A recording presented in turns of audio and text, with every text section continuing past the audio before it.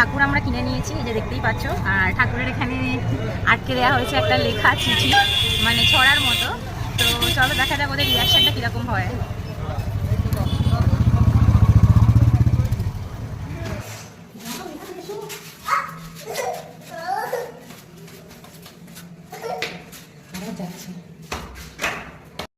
নেই আমাদের কাছে, এটাই আছে। তো এটা ফাটাতে ফাটাতে উঠবো, ফার্স্টে বেলটা বাজিয়ে দিয়ে আসি।